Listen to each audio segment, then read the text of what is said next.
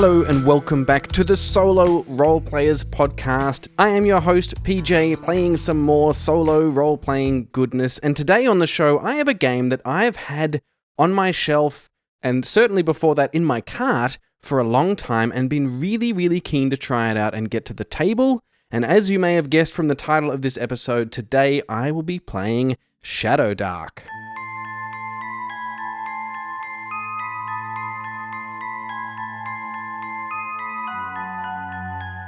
Now, ShadowDark is a really interesting game in the OSR space at the moment. Now, I don't know a huge amount about the OSR. In theory, I wasn't around in those early days of BX and White Box and Red Box and all those other sorts of things, but I have played a couple of the games, a couple of the OSR style games, including White Box itself, White Box FMAG, that is. And I certainly have a few OSR supplements and things, including the fantastic Knock magazine. If anyone doesn't know what that is really excellent. It's, who's it by? Mary Mushman, I think. Really interesting. You should check that out. But I diverge. Now, one of the reasons that ShadowDark is so interesting is purely because the wild success that it had when coming out. I wasn't aware of it when it came out, which pains me because the limited edition that came out with the original Kickstarter just looks amazing and I wish I had it. It is impossible to find. However, just the normal version of the book is really beautiful in itself. It's nice and chunky, and it is praised for being super well laid out, super succinct, really easy to play, and really capturing those elements of old school role-playing. Now, I haven't done a huge flick on this one. I did read the basic rules, which more or less fit on the end pages of the book, which is really nice to see. I mean, that might be a slight exaggeration, but to me, certainly it seemed pretty straightforward, having read some of the old school Renaissance or Revival stuff before. It is a D20 roll high system, doing DC checks, meeting or beating when rolling a D20 and adding your modifier in order to do so. And that's pretty much it. There's nothing else super unusual about it. The main sort of gimmick or standout thing is that you have a real-time torch timer, which lasts for 1 hour, and that's supposed to, and apparently does very successfully, add a lot of tension into the game. Now, I really like the idea of playing with one of these hour-long timers. It does say in the SoloDark rules, which is a very small, cute, succinct little supplement, maybe too small, not sure yet, we'll see, with a couple of tables and some pointers to the core book itself for certain things that you need to play solo. It does say that for solo play, you should just treat a torch as 10 rounds, I think it said. Not sure about that yet. I do like the idea of having a timer, but if I did, it would have to be physical and I would need to buy some kind of a sand timer. I don't even know how big a sand timer would be that lasts for an hour. Could be some fun toy that we could find there to play with that. Or maybe an actual candle that lasts an hour. No, that doesn't seem very fire hazard friendly. Anyway, getting into this, I did a little flick, and something that stood out immediately to me as something incredibly useful for solo play is there is a really dense list of random encounters or things that happen based depending on what area you are in. There's one for the Arctic, the Artisan District in a city, Castle District, Low District, Desert, all those sorts of things. And I just cast my eye across the Castle District table just by pure happenstance and immediately came across one of the entries there, which is an explosion rocks the nearest City Watch garrison. And I think these are all single sentence little prompts, and I think all of them, or at least from what I've seen, look like really fantastic starts to build a story from. When I read an explosion rocks the nearest City Watch garrison, maybe it has something to do with the huge Discworld poster I have, map poster I have in front of me right now. But my first thought was, okay, this is for anyone who knows Discworld, this is a Sam Vimes type character who is actually in the City Watch and is off on patrol or something and sees the explosion and has to go to investigate and maybe follow some thieves or deviants or something down into the ShadowDark. That is kind of the way I want the story to go, But for this very first session, I wanted to try out something else, and that is another new element of ShadowDark. It's not entirely new. I've come across it in a game called Dungeon Crawl Classics, which is also fantastic. And that is the idea of a funnel. In this case, it's called a gauntlet, which is where you throw a heap of really weak, really low-level characters into a dungeon that is way too hard for them, all completely randomly rolled characters. And if anyone survives, they then get to level up to level 1, and they become your character. And my experience with this in DCC, and from what I've read and heard from other people, is that a lot of people don't like the idea of randomly rolling a character, but if you do that and you put them through a gauntlet and they do survive, you end up with this sort of fondness for that character that you might not have otherwise. I think it's quite surprising, and I certainly felt that in the funnel that I've played of DCC. That is what I'm going to do. Instead of going in with 16 characters or something, for the sake of management, I have printed out a single sheet with 4 mini character sheets on it. I'm going to randomly roll up all these characters. I'm going to randomly give them a ancestry and class and gear and all that sort of stuff. I'm going to give them a bit more hit points than the level 0 characters, so they're more like loose level 1 characters, but there's only 4 of them. And then I'm going to throw them into a dungeon that is way too hard. I have this little printout pack of quick dungeons, basically, and they're 3rd or 4th level dungeons. Never looked at them really. They're going to be way too hard, but it is going to give me a chance to go through and sort of try. It'll be sort of semi-published adventure at this point, but it'll let me try out the mechanics and get a bit of a feel for things, and maybe end up with one character who then will end up alongside this Watchman character that I have in mind. Unless the story goes an entirely different way, it often happens, you never know. That is half the fun.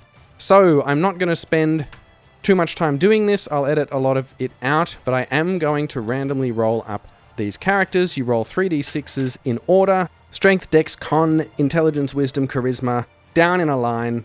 There is an optional rule in the book that says if none of your rolls are above 14, you can re-roll everything again.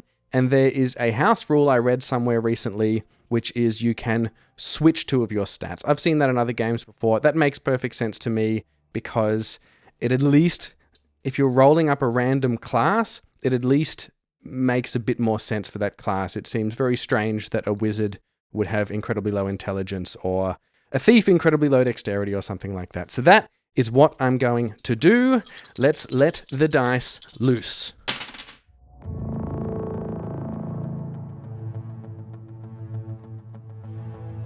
Now, some time has passed for me, not for you guys, and that is because I was unable, on 3 of the characters, I was seemingly unable to roll above a 14. So it took me 4 attempts on one of them, 3 attempts on another one, 2 attempts on another one, but I got there in the end. So we now have 4 character stats. We don't know who they are, what they're doing yet, but we have the stats, and we do have at least one which has 14. Hey, buddy. Ideally not. I'm recording at the moment, and the idea was that you just chilled. Who are the friends? And when do you have to be back at school? You have to be back there at 5. Why don't you hang around outside for a while, at least? Yeah, but you can't do that with all your friends here, can you? I'm busy for at least an hour. Hang around outside, doing something. You can come here about 3:30. You can hang around for a bit, get changed, and then go back, okay? Bye. Now, the next thing I'm going to do is roll up our ancestry. We have a dwarf, a goblin, another dwarf, and another dwarf. Okay, so 3 dwarves and a goblin. I think there is something involving a plot to blow up this city watchtower, and my idea was that this little group, I think they owe the Thieves Guild, or whichever nefarious organization are trying to blow up this city watch, probably the Thieves Guild, we'll find out later. I think that they are in debt somehow, and they have been tasked. They're not necessarily a member of the guild, but they're in debt, and they need to go down and steal some explosives, some powder kegs or something from the bottom of one of these dungeons in the ShadowDark in order to repay their debt. I think that's a pretty good setup. Let's roll up some classes. So our first dwarf is a thief. Good. Makes sense. Our goblin is a wizard. We have a wizard goblin. Another dwarf is a priest. And the final dwarf is another thief. Okay. So we have maybe 2 members of the Thieves Guild who maybe aren't in the greatest graces, or maybe they want to get into the Thieves Guild, or maybe they just made a mistake and did some bad stuff and got in debt, lost in gambling, whatever else. And then we have a goblin wizard who maybe has some other self-interest down there if he survives long enough. And we have a priest who... I like the idea of a priest who also has a gambling problem and got really in bad with the Thieves Guild and have to delve down into this dungeon. I think we will waste no ados in getting straight into this. I'm going to pick the first dungeon here that is in top. It happens to be the level 3 one. There's a couple of 3s, a couple of 4s, and a 6th level dungeon. This one is called the Wavestone Monolith. Oh, and a hidden leprechaun hollow. Sanctum of the Elephant, Eroding Isle of the Executioner. Okay. Okay. So, reading this, it says, "Fear the silence, the water, the dark, and stone itself." Now, I'm being really loose with what is in this dungeon and what its purpose is, because it really is just a way for me to go through some rooms and have some encounters and see if we can escape alive and survive. But it does say that deep within the sweltering jungle, this is under the city, a monolith of black basalt floats upon an undulating lake hidden in a cave. They say inhuman howls emanate from it on moonless nights, and that the fat gems and coins of a lost society lie inside for the taking. Well, that's exciting. I think in this case, however, maybe it is partially true, but in this little lake area where there's supposed to be this monolith, that has just been the storage place for these powder barrels, and it's been stored around water so that if anything were to go wrong, it wouldn't blow up the city above it or whatever. Doesn't matter, not that important. So let me look at my stats that I've got here, and we'll just rearrange a couple of them. Also getting my modifiers. And then I think we'll sort of roll up some... We're basically going to roll up a level 0 character, but give them hit points of a level 1 character. Because with the gauntlet, you would usually have 4 characters each and 3 to 5 players or whatever. So we've only got 4. I'll give them a little bit more health, but everything else the same. Which means they don't get a class talent roll. They don't get a title, but otherwise it's pretty much the same. Okay. So our Dwarven Thief's highest stat is already in Dex, so we're just going to copy that down as it is. Also pretty charismatic, so this guy's pretty strong, pretty dexterous, and pretty charismatic. I think this is the one I rolled the most times on, and the last time the dice finally learned that I wasn't playing a roll-under game and started giving me some good results. So on Strength, they're going to have a +1. On Dex, they're going to have a +2. That's nice. Constitution, a -1. Intelligence, a nothing. Wisdom, a -1. And Charisma, a +2. Okay. And let's roll up a random name here. Let's name them if they survive.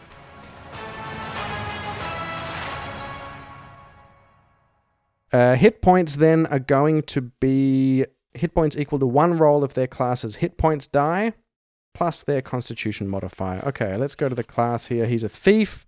They have a hit point die of 1d4. Still not much. You see, the level 0 characters don't even get to roll a die. It's just equal to their constitution modifier, minimum of 1. So in this case, he would have 1 hit point.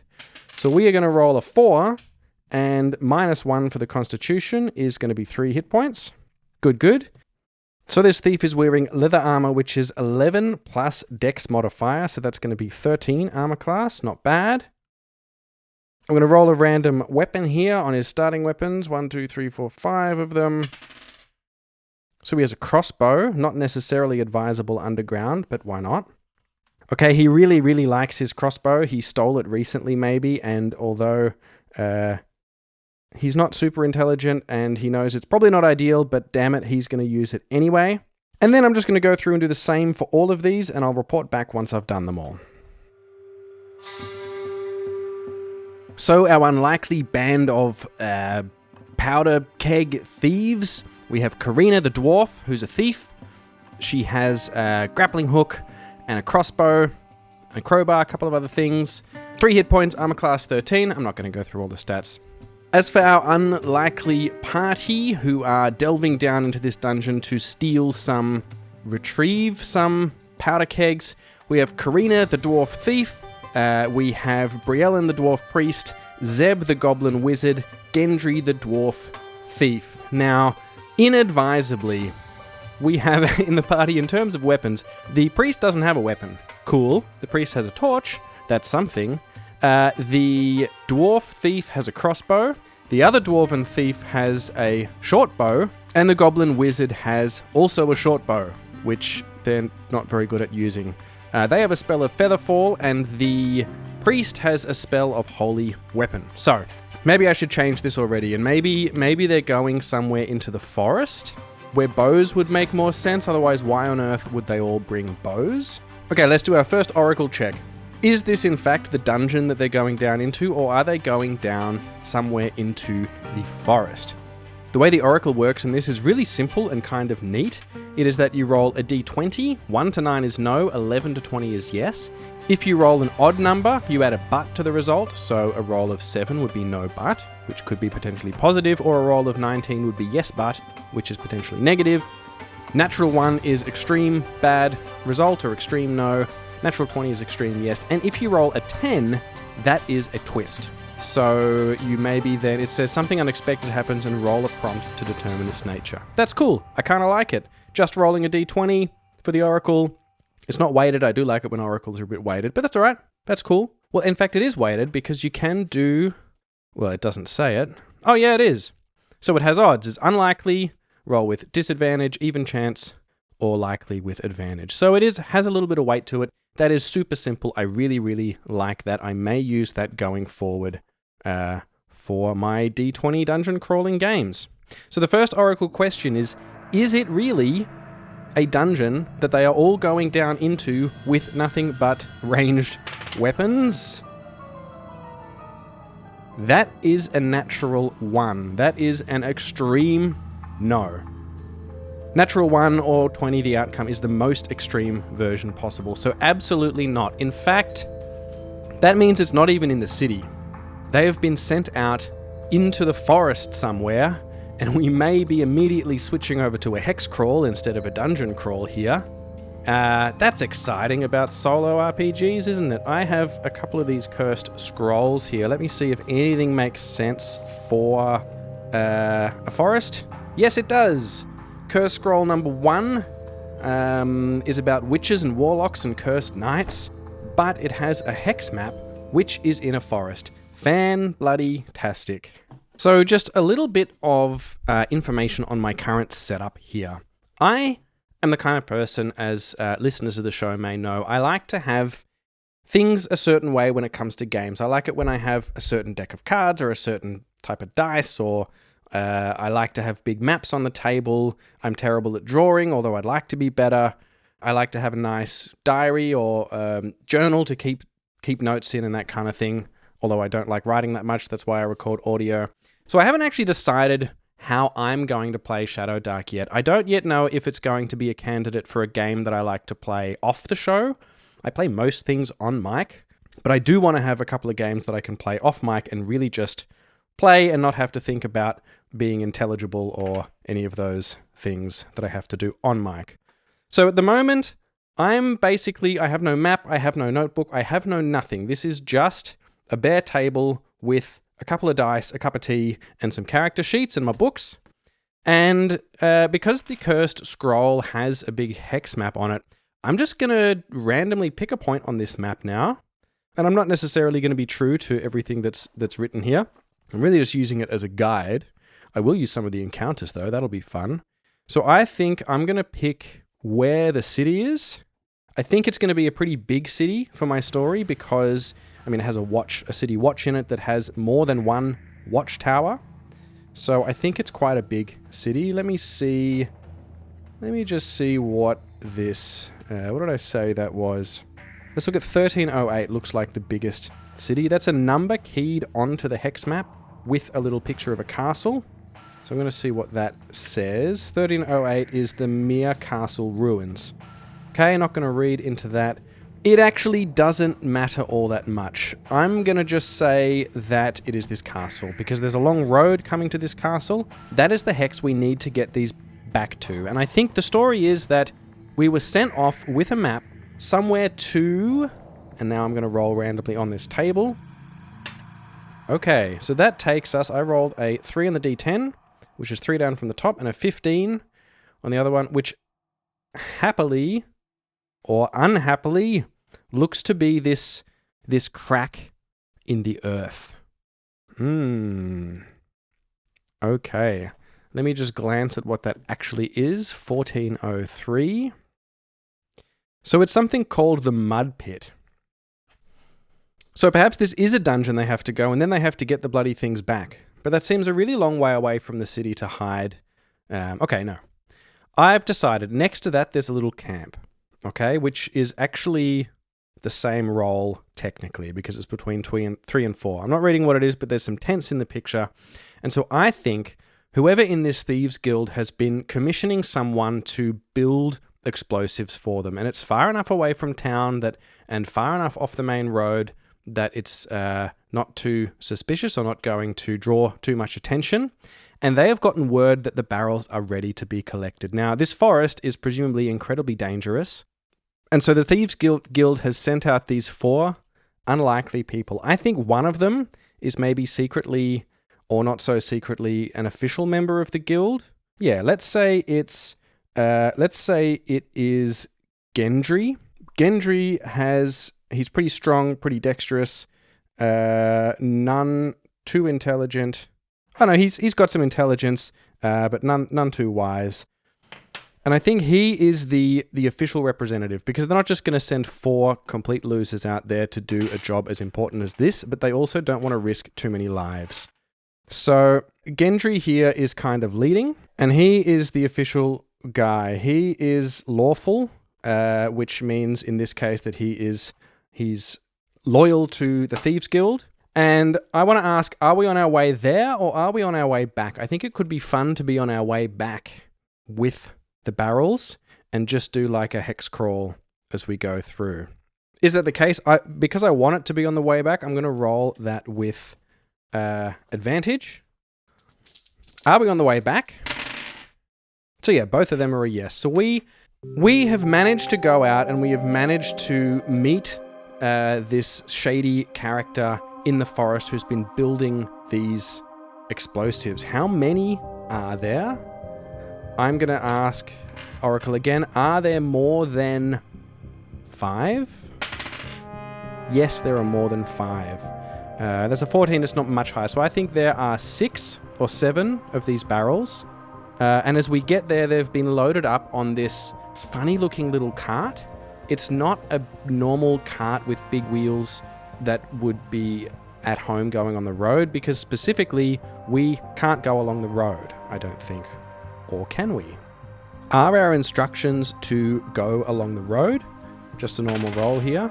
No, our instructions are not to go along the road. So we've been told specifically that we need to get these barrels. We don't have a proper cart or anything, but we do have a means of transportation. It needs to be pulled through the forest, however, which is going to make the progress really slow and really difficult. So I think we have gotten there the day before or something. We have paid off the guy, or Gendry has paid off the guy who had been making the barrels, and he says, yep, you're fine to stay here for the night, or rather for the rest of the day, and then make your way at night, because we want to be in the dark. It is a pretty secretive operation. If anyone were to see us carting barrels of explosives towards the city, that would be very, very bad for everyone involved. So we wait around, we rest during the day a little bit, we have a meal, we wait until the sun falls, and then we are going to slowly make our trek through the forest.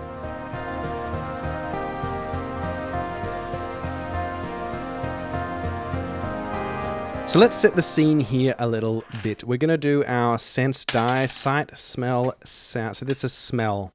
So I think we get just far enough away from the little campsite that we are properly in the forest now. It is now, the darkness is heavily setting in, and I think poor Zeb the goblin, and Brielle and the priest have torches, but no one likes Zeb.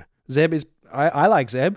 Zeb's a cool little goblin wizard, but everyone else is pretty mean to Zeb, I think, and he only has 1 hit point, and he clearly should not be leading it, but I think everyone has a wisdom of -3, so I think everyone has sort of, not teased him, they've sort of like bigged him up and said, oh no, you're really the best to be in the beginning of the marching order of all of us. You've got the torch, you have the magic, you're really the best one for the job, and he sort of feels really proud and doesn't realize that he's being used as a human meat shield, or rather a goblin meat shield.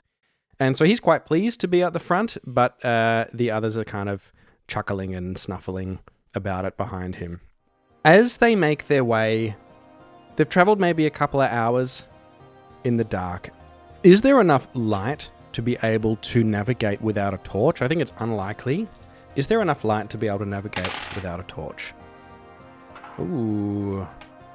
We rolled a 14 and a 10.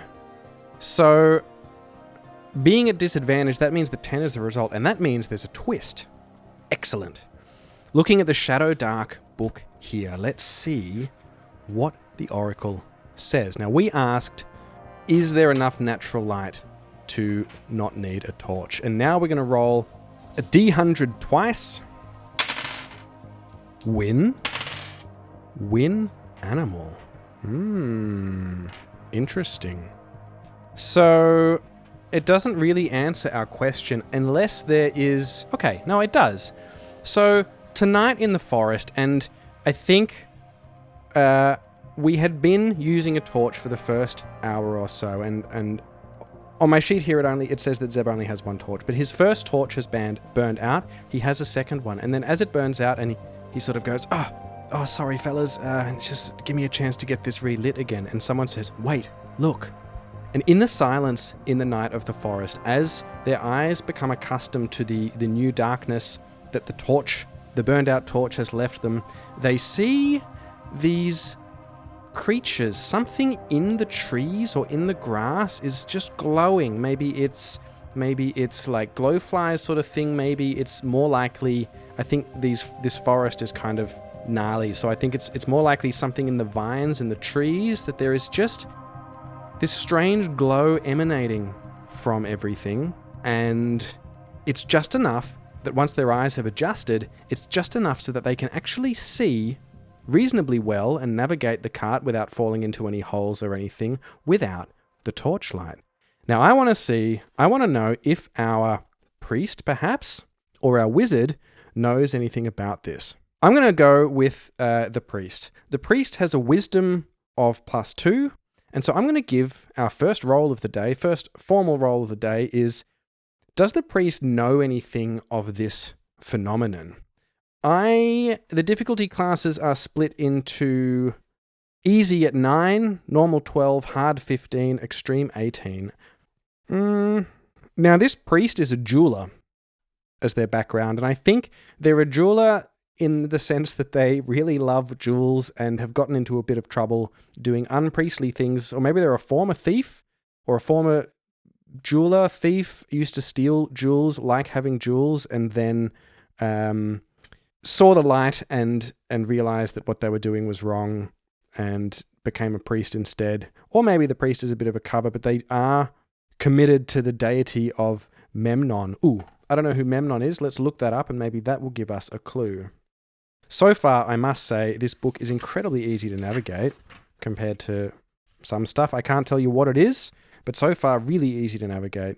Deities, page 28.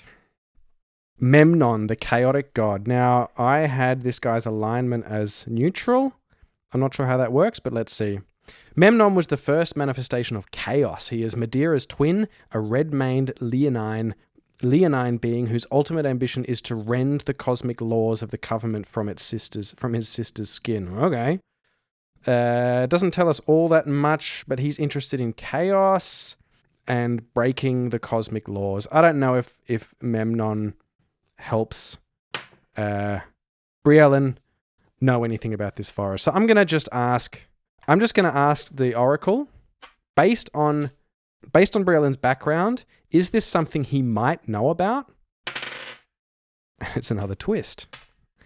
Now, don't roll too much on tables, but, hang on, this is fun. So, got my D hundo, and we now have a 24, which is block, and an 85, which is truth. Okay. So, does he know about it? I think there's a block truth. I think there is a blockage in his memory somehow. I think that maybe Memnon is sort of clouding his judgment or his past, perhaps, somehow, or something is clouding his past, and he should know about it, but there is a blockage there. And so I'm going to make that a hard difficulty check, or maybe even extreme. Is it hard? Yes. Got a 16 on that. So I'm going to do a hard difficulty check here, which means a DC of 15. Can he kind of push through this blockage? Maybe he's going through some period of self-discovery or something. Can he push through this blockage in order to remember what this strange glow might actually be? I am now rolling a wisdom check. I think I'm going to do it at disadvantage because of the blockage he has. Is that too mean? Yeah, it's probably too mean. Let's do it anyway. So at disadvantage because he does have this blockage, and it was a bit of a twist. So it would be surprising if he was able to get through this at this stage of the story. He is getting a +2 on his wisdom, and he needs to roll a 15. So in that case, he needs to roll a 13. And we get a 13 and a 13. Oh my. This is clearly fate. That is an incredibly unlikely roll, and it is exactly what we need to get. So Briellen is having some kind of crisis at the moment, or some kind of self-discovery, and he's something about this forest. As far as he knows, he's never left the city, but being in this forest, something is clawing at him that actually he does know the forest. He has been in the forest. Maybe he even had another life somewhere in the forest, and he has this sort of flash and this vision and this memory come rushing back to him about maybe when he was a kid and lived in a village in the forest and was running around the forest and that kind of thing. And his dad had told him what these glowing things were. What are these glowing things? Let's ask the Oracle again on this one. These glowing things are something to do with mend and justice. Okay. I actually think they're something helpful. I don't know about the justice. Ooh, I like that. Okay. So they are some kind of plant or creature or something that excretes from these plants. And there's an old legend and folktale among the villagers in the area that he grew up that they can heal the sick, but you can use these plants as a medicine to heal the sick, but you will be judged. And if you are not just, then it will be a poison to you. If you are just, then it will be a cure to you. And so he is going to then spend some time and pick off a few of these leaves and sort of tuck them away. Or maybe give them to the herbalist, because Zeb is actually a herbalist. Does Zeb know about this as well? Yeah, Zeb knows about it as well. And as Briellen is sort of stroking one of these leaves and looking at the glowing powder that comes off in his fingers, Zeb comes over and says, "Ah, wow. And what are they called?" Doesn't matter what they're called. They probably know them. Zeb and Briellen probably know them by different names. But they're both familiar with it, and Zeb says, there is a superstition that these can be poison. Or maybe Zeb... Are we all hanging out and chatting and getting to know each other, or are we just here doing a job and really skeptical and not sharing anything with anyone? Are we all getting along? Yeah, okay. So we're a little skeptical probably, but we're getting along enough, and we've traveled enough now, long enough. I mean, we've probably been out here a few days. 1 hex is 2 miles, so I guess it's a couple of days walk to get there. We've spent enough time, we've spent a couple of nights together that we are chatting a little bit. However, Briellen, being a Memnon follower who is chaotic, even though Briellen is not, and Zeb is lawful, then maybe that means he doesn't like Zeb at all, and so he's not interested. Maybe there's a bit of speciesism going on there. I'm not sure. But either way, I think they do have a small exchange about these leaves, and Zeb and Briellen says, I don't have really anything on me to carry this stuff, but maybe it's not the worst idea if you were to take some of these leaves. And Zeb said, yeah, I think you're right. And so he takes a small handful of the leaves, and I think it's not that you can pick any leaf. I think there is something like the fruit or the seed or something, which is where the medicine/poison comes from. And so I'm going to roll a d4 and see how many of these leaves, and there's 4. So he's able to sort of harvest 4 of these leaves. And the others are getting a bit antsy at this stage, and they say, hey, come on, we got to press on. You never know what's out here in these forests. And we're going to roll a check to see if there is anything out in these forests. So going back to the hex crawl part of it, Overland Hex 132. Now it says for each hex roll a d6 on a 1, it has a point of interest. And we roll a 6. So there is no point of interest here other than the herbs. And then we're going to see what the danger level is. We would roll on the hex terrain feature and see what it is, but we know it's a forest because we're looking at the map. We roll a 1, so it's actually safe here at the moment. A 6 would be deadly. Oh, that is nice. Now, this is an issue I've often had with hex crawl games. It bugs me when there's a completely equal chance to get any hex every time you move in a hex. It means that the map never seems to look organic. It sort of like has, look, forest, mountain, plains, ice, plains, mountains, and it doesn't really seem to have any organic life or meaning to it at all. And it was the same when I first started looking into how to make a weather chart for Fallout, because I didn't want it to be sunny one day, raining the next day, sunny the next day, and had kind of like a natural step. And I've just noticed in this, on my initial glance, I thought you just roll for the hex feature, but it actually says when you roll for a new hex, it's weighted by using 2d6, and it's either going to be the current terrain plus 1 step, so if you're in grassland, it would move into forest. Same as the current terrain plus 2 steps, so if you're grassland, you'd move into river, or at a 12 on 2d6, roll a new hex terrain. So I love that. That there is...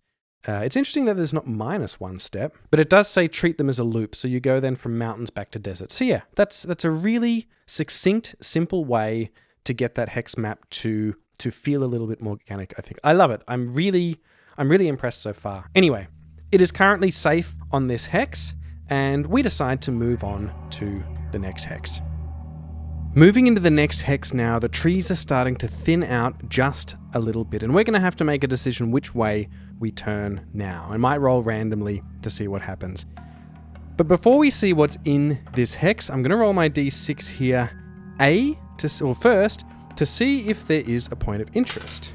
There's no point of interest, and let's see the level of danger in this hex. It is risky here. So let me think. I'm going to look up and see if there's a random encounter made for forests. I'm sure there is. Deep tunnels, deserts, forests. So let's ask. I think it's risky. What were the other levels there? So it's not definite. Like, the only thing higher is deadly, which means there is definitely something here. Now, I don't know if this is the danger on the hex, in the hex, like the landscape or an enemy or something like that. So I'm going to roll with advantage. Do we come across an encounter? And that is a no. Okay. So even with advantage, we got an 8 and a 9, which means no, there is no encounter here. So we're making pretty good progress through this forest. I'm going to roll my sense die here. Sight, smell again. Now, there was a little bit of a smell in the last hex that no one really picked up on, but as we move further south through the forest, there is a smell that is getting worse and worse. And this smell reminds us of, or smells like, let's see if a prompt gives us anything useful here. Assemble doubt. So It's not necessarily a bad smell, but it just does smell off. And I think the goblin Zeb has a pretty good sense of smell here, and he says, I don't like this. We are getting closer to something, and I think we should probably avoid it. So in order to avoid it, we notice then in the slightly glowing darkness, is it still light enough here? Or was it just a small patch? I'm going to call that a standard odds. Is there still this glowing stuff around here? Yes, there is. So we still don't need a torch. And in the glowing light, we can see that the trees really thin out to something in one direction, and the forest looks like it continues in the other direction. So I think we're going to go towards where the trees thin further, and we move into the next hex, which there is a picture of a house here. I'm going to roll up and see, I'm going to look up and see exactly what's there, but first I'm going to see, is there a feature, a point of interest here? If there is, it'll replace whatever's on this map, and if there isn't, then this thing will be there. But first I'm going to ask the danger level. It is apparently safe. Is there a feature? Point of interest? No, there's not. So we move into this next hex, 1406, and we come across the Grey Wall Priory. In the deepest part of the woods lurks a grey-stoned priory with a pointed roof and arched, stained-glass window. 40 knights of St. Yidris lived here, led by Grim Inquisitor Justina Morven. Few know the 160-year-old St. Idris is still alive deep within the priory's catacombs. Okay. But it's currently safe outside there. I don't think we're going to go in there necessarily. There's nothing forcing us in there. And so we did say it was safe, so there's no random encounter. And we are now going to move on through the next hex. We're actually getting pretty close back to the town now. So as we make our way back into the forest, we can see in the distance, maybe this town is a walled city, which is sort of up on a bit of a hill. We can see that we're getting quite close. And now we are going to run into an encounter. Or I will roll on it. I mean, just because I want something to happen while we're still in the forest. I'm going to roll on it, but I'm going to give it an advantage. Is there now an encounter? Yes, there is. So either we could roll up an encounter in a forest, or we could roll up a combat encounter. So, is it one of these combat encounters? No, it's not. So we're going to roll up on a forest encounter and see what is happening in the forest. We should have a fight at some stage though, shouldn't we? So rolling a D100 on the forest encounter table, we get an 86, which is 1d4 cave creepers charge out of a cave reeking of sulfur. So, as we made our way past this little beacon of safety, we're feeling pretty confident now. Is the glowing stuff still happening? I think that is now unlikely. No. So the glowing stuff isn't happening anymore. And Zeb, after leaving this building that they went past and decided not to go into... Maybe we should go into the building. No. We have a job here. We have a wagon full of explosives. We're not going to do some side delving. We want to get this stuff back so we can pay off our debt and get on with our lives. And so as we're walking into this next part of the forest, everyone's starting to relax a little bit as we can see now the city in the not too far distance. It's about 2 miles away. We can see it up on its hill with the starry sky or whatever else. And then we hear a noise. I'm going to do we don't have perception. So let me look how initiative works. Or rather, first let me look what a cave creeper is. And we'll see what sort of behavior they might have. Brain eater. Ooh. So a cave creeper is a chittering green centipedes the size of horses. Their grasping tentacles are coated in a paralytic venom. This is no good. I'm going to roll to see if we notice something first. Would this be intelligence maybe? Or just a straight roll. I think this is the smell that Zeb has been smelling, and so I'm going to give him an intelligence check to see if he can figure out, realize what the smell is before they get attacked. I'm going to call it. I think he's a goblin. He knows about caves and stuff, so I'm going to call it a normal difficulty, being a 12 to hit. or 12 to get it. We get a +2, and we roll a 5. So maybe the wind has changed or something like that, and he's no longer smelling it. And unfortunately, these creatures are going to creep up, and they come barreling out of this cave that we didn't even see, which was sort of hidden under some... It was just a non-obvious entrance to a cave. And these things come barreling out at us. There's D4 of them. There are 3 of them. They have 18 hit points each. No, they definitely don't. Although there are 4 of us. Okay, they have 18 hit points. And we might have to adjust that difficulty depending on how dead we are turning out to be. Okay, and we're going to go into our first combat. Let's roll for initiative. For solo play, it does suggest that for initiative, you can do group initiative, a group of monsters versus a group of party members. We all have a luck token as well, by the way, which gives us a reroll. Ooh, maybe we want to... I'm going to use it. Zeb is going to use his luck token. We get that because we are a level 0 character, and if you roll a natural 20, you get one as well. So he's going to reroll this, and he gets a 17. So he actually does realize what the smell is, and that they are cave dwellers, whatever they were, and he tells everyone to stop, and he says, "Shh, wait, there's something down there. I know that smell." And he gets everyone to get in position around the cave where the smell is emanating from, with enough distance, because, hey, we all have ranged weapons. And he says, he passes the torch to Briellen, the priest, who doesn't have a weapon, and says, okay, you're going to have to, stick with someone.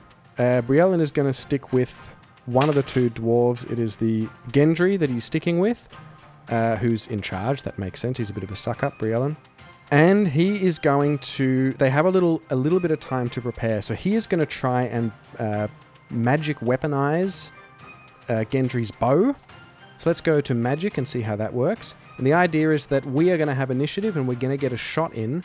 Or rather, we're going to get a free turn. We're going to get a shot in before we roll initiative, because we know that they're coming. So priest magic is miraculous, sacred, and instinctive. Priests who offend their gods might lose the ability to cast spells until they can undertake penance. When you cast a spell, you invoke magic to cause an effect, and it takes your action. So we're doing this out of combat action currently. So for the priest to cast a spell, make a spell casting check by rolling a d20 plus your wisdom modifier. The DC to successfully cast is 10 plus the spell's tier. Okay, so the DC is 10, and we have a wisdom of +2.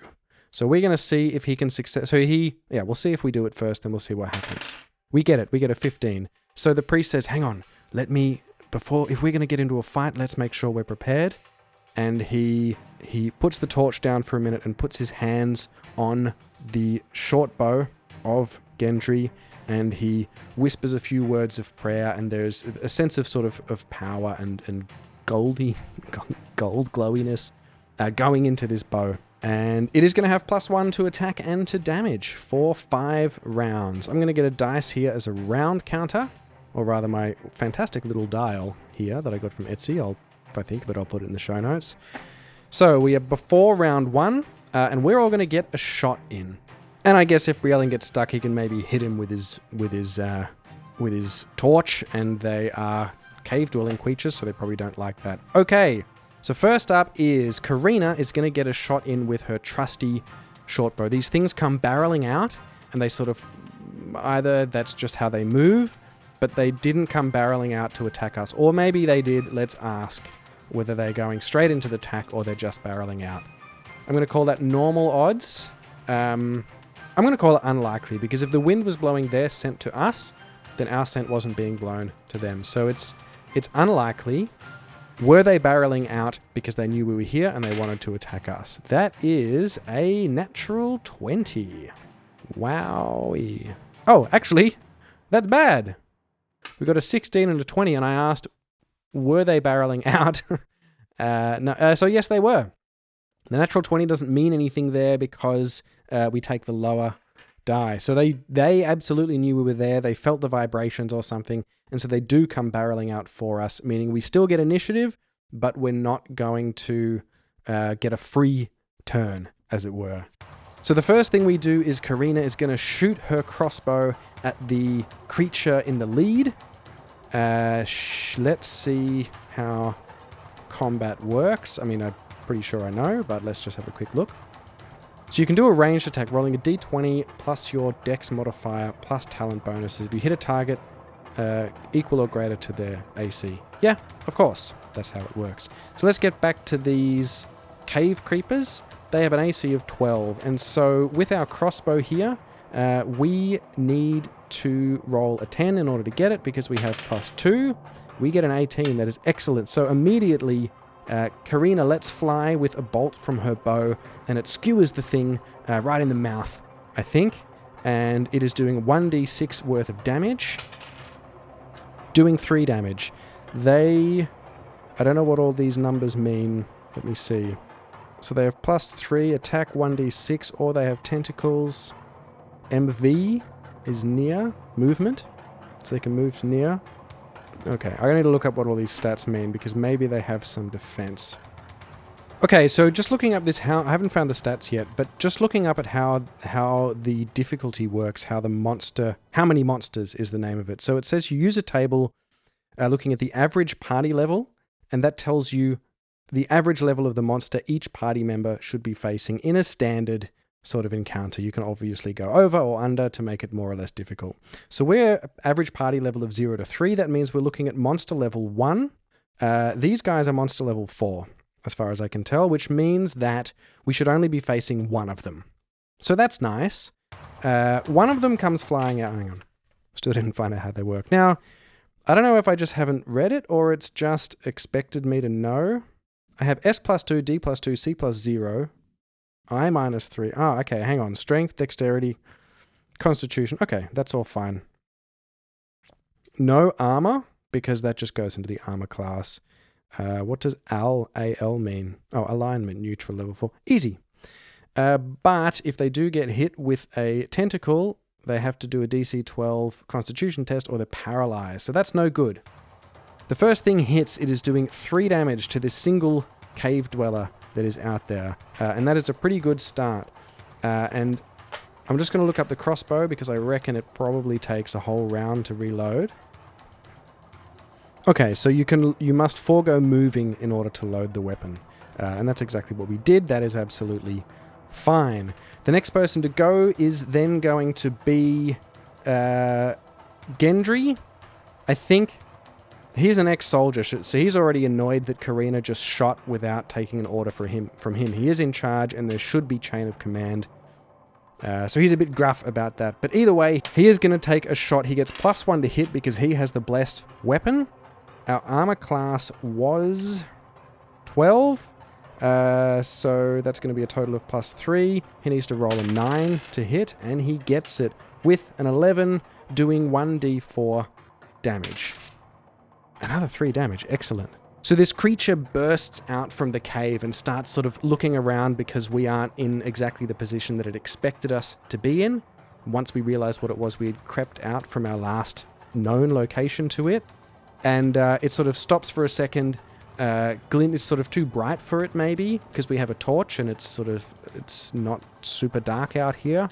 And immediately a crossbow bolt hits it in the neck, and then another shot from Gendry's short bow hits it in the side, doing a total of 6 damage, and it is unhappy and starts thrashing around a little bit, and it picks a target and starts running for them. Just for narrative, that will happen on his turn. We have 4 targets here. It is going to go for Karina, the one with the crossbow. Now, we're all going to be, I'm not sure about exactly the distances, but I'd say far range at this point because we were setting up to shoot our bows. It was going to have to move into our zone first.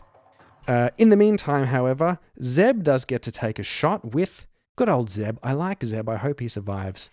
Zeb is going to get to take a shot with his little bow, and he has no dex, so he is hitting on a 12, and he hits it as well. Man, going well here.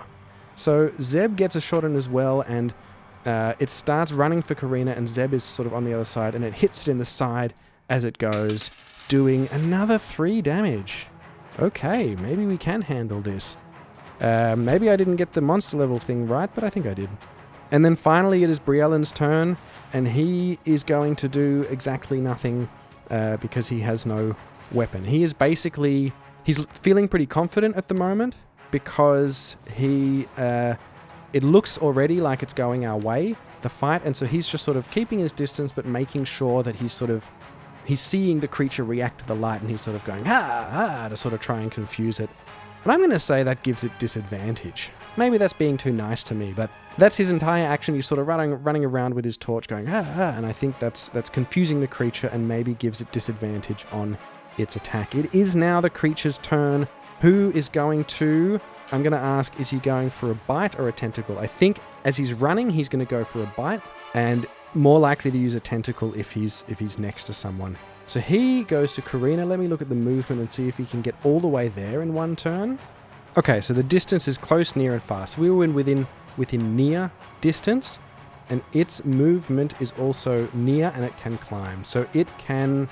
That makes sense to me that it can make it into our zone and attack as well. And so it is going to jump up. It is racing for Karina, who is there sort of already trying to load her bow for the next shot. She was really hoping that it wasn't going to come for her first. And it is coming, needing to hit a 13, and it does get a 19 and hits her, rolling... Oh yeah, it's +3 anyway. So it really hits her, doing a d6 damage. 1 damage, happily. Although we only have 3 hit points, so she could have very quickly been dead. So the thing leaps at her, and she's sort of she's got the head of the bow on the ground, and she's trying to pull the thing back, and she goes, and she sort of dodges to the side, and it kind of bites her just on the leg a little bit, but doesn't go through her leather armor too much. And she swears and says, okay, I'm going to need some help here. And then everyone realizes very quickly, oh dear, we should have had swords and not just bows. Whose idea was that? We now go into the second round. Now, why did I have it set to 5? I think that's how long the torch lasts. 10 rounds. Why did I have it set to 5? No matter. So there are 9 rounds left of torch burning, and then I like the idea of it being a timer outside of combat, although a timer in combat's pretty cool as well. I'm going to start looking up hour-long timers. I think that's a really cool mechanic. But I'd rather not... I think there is even an app that has like the flickering flame on your screen, but if at all possible, I keep screens away from my solo role-playing. Okay, so we're now into a new round, and we get to roll for initiative again. It says in the solo rules you can do chaotic initiative, which means you roll every round, which is a bit more interesting than just going back and forth, back and forth, back and forth. So choose one character and one enemy to make the initiative checks on behalf of their respective groups. How does initiative work again? This rulebook is really great. I mean, again, I don't know what it is, but I'm just finding what I need to find straight away. Makes a dexterity check. Person with the highest result takes the first turn. Okay, and then turns go clockwise. I like that as initiative as well, that it just goes clockwise.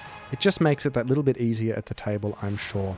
So, monster is the red die, rolling its initiative. It has a dex of +2. Our best dex is a +2, so we're going to do that. Whichever gets the highest number, red is the monster.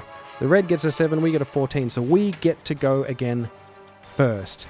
I think Karina is going to try and get out of the way. Is she going to try and run to a safe distance? Or is she going to try and bonk it with the crossbow? No, I think she's going to scramble up a tree. We're in a forest. She's a dwarf. She's probably not a great climber. She's pretty dexterous. She's a thief. So I think she's going to try and scramble up a tree because she realizes being down on the ground with this thing with a crossbow is absolutely no good. Now, I don't know if there's attacks of opportunity here. I don't read anything about it just yet. It just says on your turn... One action, you can move on your turn. You can move again if you don't take an action. So I think there's no attacks of opportunity. But for the narrative's sake, I'm going to get someone else to shoot at the thing first to give her a chance to get up the tree. So Gendry is going to take another shot. Oh, that's what the 5 rounds were. That was for the magic blessing. So he's 4 rounds left of magic blessing weapons. He is going to roll to attack. He needs a 9 to hit this thing now, and he misses, unfortunately. What else can he do on his turn?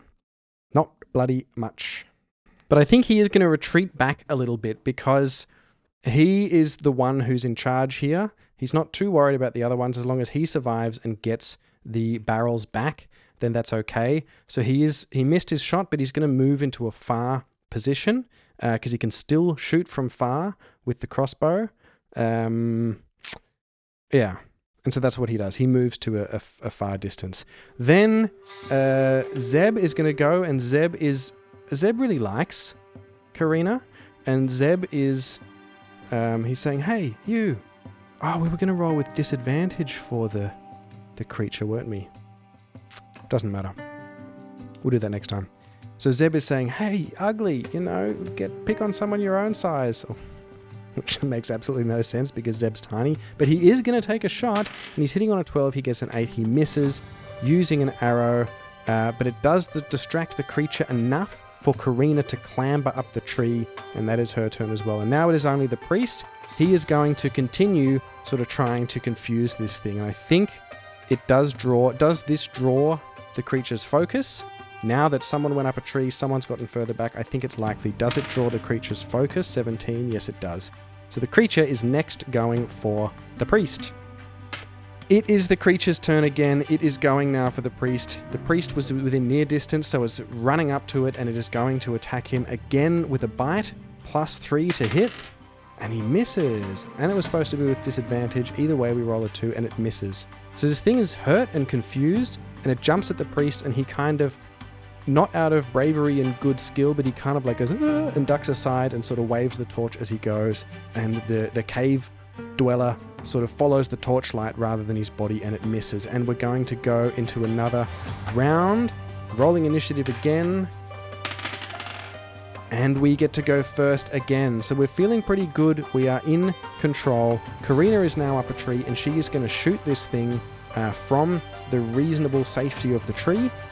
Actually, I was going to make a dex roll to see if she could get up there. I think it's pretty difficult. Let's ask. It's either going to be 12 or 15, the difficulty check, because she is holding a crossbow. Is it 12? Yes, it is. Okay, so she has a difficulty 12 to get up the tree. She has a +2 on dex, and she rolled a 15. So she was able to get up the tree in the last turn. And now she gets to take a shot at this creature with her crossbow again. Rolling a 9 +2 is just what she needs to hit it. So the bolt goes flying and it skewers the thing in the side again, using another boat and doing another d6 damage. Roll high for me, baby. That's a 4. That is not too bad at all. 1, 2, 3, 4. 1, 2, 3, 4. It is 13 points down, and it only has 18 hit points, so we are doing all right. We are getting close, and I think Gendry is now going to take his shot from afar, and he needs a 10 now to hit, and he misses, unfortunately. He got a +1, so that would be 6, 7, 8. No, he still misses the thing. Bugger. Using another arrow, and he might just be a little bit too far away now, and the light's not good, and he curses himself that he's missed this thing while this stupid dwarf in the tree with the crossbow is managing to hit. Zeb, I think, wants to do something clever. What does Zeb want to do? What kind of clever thing can Zeb think of? This is totally not how I usually do this, but I'm just going to roll on the Oracle and just see if something comes to mind from a prompt for me. So there's an 89, which is guide. So okay, so I think what Zeb's going to do, Zeb's pretty smart. He's not very wise, but he is pretty smart. And so he realizes that if they can get the creature, it's because it is confused by the light, if he can get the creature in the middle of all of them, it will be easier for them to hit the way the light is panning out, and it's going to be it's going to be easier to confuse the creature. So he sort of, he doesn't take a shot, but he sort of goads the creature back into the center of them where the light is falling, and there's Karina in a tree on one side, Gendry further back on another side, and it will be surrounded on all fours. So he's going to do that move. I'm going to call it I don't know. Would it be intelligence check? Does he even have to do a check? Or would we just ask the Oracle if the creature complies? I think we ask the Oracle. I think he tries to do this move. He tries to sort of goad the creature. I think if it fails, he still has his bow drawn. He can still get a shot in. And if not, he's going to continue walking back and do an extra movement to get it in position. So he starts testing this out.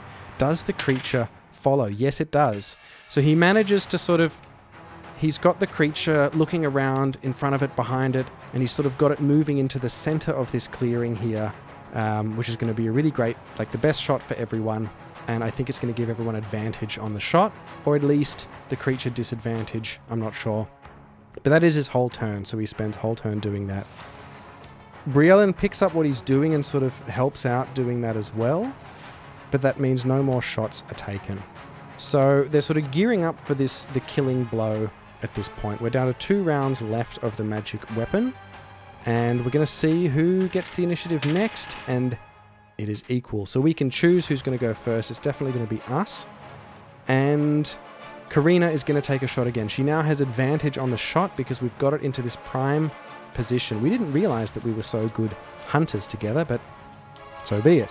So she needs a 10 to hit on advantage, and we get hit with both of them. Beautiful. And she's rolling another d6, doing 6 damage. Excellent. Which, if I count correctly, is actually enough to kill it. 1, 2, 3, 4, 5, 6. Yes, it is. So this thing is sort of tired and it's sort of heaving and it's looking around. It doesn't like being out of the cave. It thought it had an easy prey to just pull back into the cave, and it wasn't working out for it. And now it's feeling trapped. The cave entrance is blocked by someone. There's light flashing around with the torches, and it's sort of turning around. And as it turns up, and she shouts at it, and she says, "Oi, ugly!" And it looks up at the tree, and she fires this bolt that goes straight into its mouth, through the back of the neck, and the thing collapses to the ground. Just a fun little note here. My phone just buzzed. I'm currently following the ShadowDark Western Reaches campaign and trying to figure out what I want to get. I'm glad I'm playing this now because I'm, spoiler, loving this so far. So I'm definitely going to get something. And I just got a reply from Kelsey about one of my questions. And this is a little opportunity for us to do a little bit of treasuring, because I think we can't help ourselves, especially our ex-jeweler priest, to maybe just stick our head into this little cave of the cave creature and see if there is any treasure. I have not looked up how treasure works. That is exactly what we're going to do now. So, treasure is the driving force behind character advancement. I believe that's how it used to be, and I've seen in some other OSR stuff that sort of XP and treasure are related to each other. So wandering monsters only have a 50% chance of carrying treasure. You can get XP by carousing. You can use treasure tables to randomly determine what a loot a monster is carrying. The GM can randomly generate unguarded treasure by rolling on the treasure table that matches the discovering character's level. Okay. Now I think there's likely to be a little bit of treasure down here because this thing, it clearly pops out of the caves and drags unsuspecting victims back into its cave. So I'm going to say there's a D4 number of treasure items here. Is that too much? No, I'm okay with that. D4 number of treasure items. There are 3 items. So they all sort of pretty chuffed with themselves. They pat each other on the back and say, "Oh wow, we handled that really well, didn't we? Yeah, great, aren't we the best?" Probably getting a bit cocky now. And we're going to, someone with a torch, I think Zeb is going to go in there and say, well, let's see if there's any treasure in there. It's only a small cave. They generally live in pretty small caves. And we're going to roll 3 times. We get a 54, which is 2 finely forged dwarven shields. Oh, I like that. And immediately the 2 dwarves are going to take these. They're worth 20 gold per each. Probably they had a knife. I sort of assume they would. Anyway, second thing they find is a 46, which is a jade and gold scarab pin. And finally, a half-finished suit of chainmail. Probably half chewed rather than half finished. Worth 30 gold pieces. Excellent. I'm going to look at how this treasure can convert to XP, and then we are going to sneak our way to the meeting point at the outskirts of the city to deliver our barrels. Happily, no one rolled a 1 and blew them up while we were there.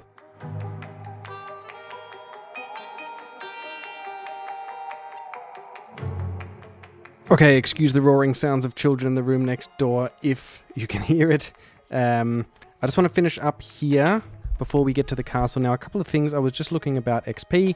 Basically, the value of the treasure you find is an XP. So the stuff that we found was probably worth 1 XP each. We got a pretty good haul, actually. Better than we should have for that treasure haul, according to the Game Master suggestions. But with the fine dwarven shields and the fine sand pin and the half chainmail, they were worth about 1 XP each. So I'm going to give everyone 1 experience. I know they're not really technically level 0. I didn't really do the gauntlet properly. It should have been harder. But whatever, that's fine. We're just sort of level 0/level 1 until we see what happens next. Something else worth noting that I did wrong is with the riskiness level or the danger level of a hex, that just tells you how often you should roll for a random encounter. And rolling for a random encounter is rolling a d6, and on a 1, there is a random encounter. So if it is like risky as it was for us, then every 2 rounds I should have rolled for a random encounter. Maybe something else would have come in, but that's fine. I think that's pretty cool how it played out. So we have a little bit of treasure, we have our cart, and our characters managed to make their way up to one of the sort of secret side doors in this walled city. And waiting for them there, a little further away, is their meet. The person they are supposed to meet and deliver the treasure to.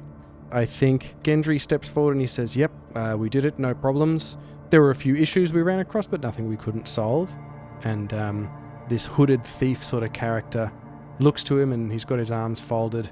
And he says, boys, bring that in there. And so a couple of thieves come out and pull the carriage through into the secret entrance under the wall or through the wall or whatever that is. And they disappear in there.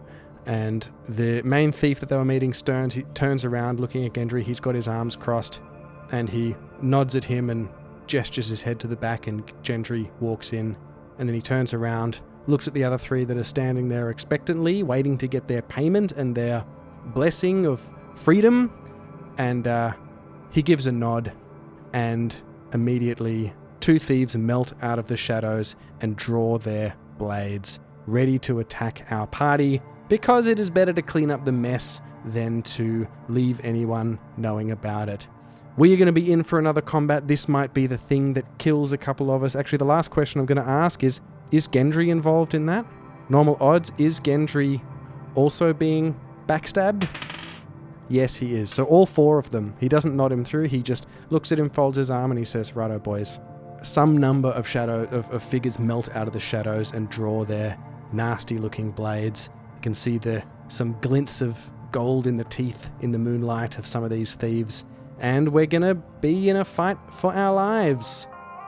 But next time on the Solo RolePlayers Podcast. Thank you for joining me today. I must say I had an absolute heap of fun playing this. This was by far the smoothest and most fun I had with one of these OSR books getting off my shelf and just playing it. Like, everything works so well. The book, I don't know much about layout, but the layout must be fantastic because anytime I wanted to find something, it was just there. The use of the end pages to have weapons and armor and some rules on the end pages there, really just phenomenal. I rarely had to look for anything.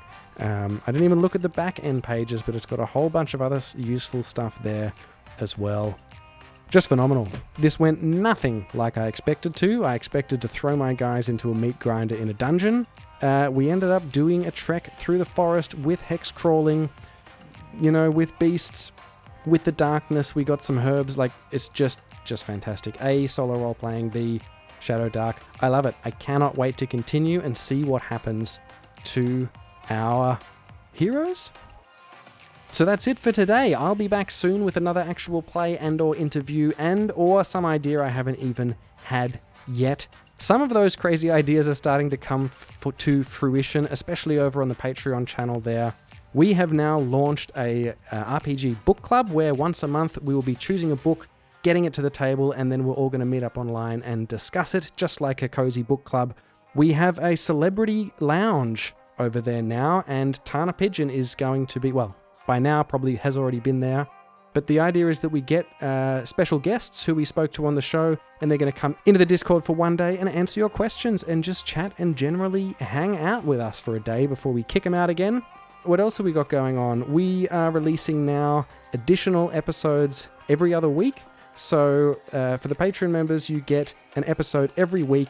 The ones in between the mainline episodes are continuations of actual plays that I've been doing on the main show. So ShadowDark, I absolutely will be continue playing and recording it and mixing it all in exactly the same style I do these episodes, and that will come out over on the Patreon show. So if you're interested in finding out more about that or getting in touch with me to ask some questions, you can head over to Patreon/Solo RolePlayers. You can sign up for free and that'll get you into the chat so you can talk to me there.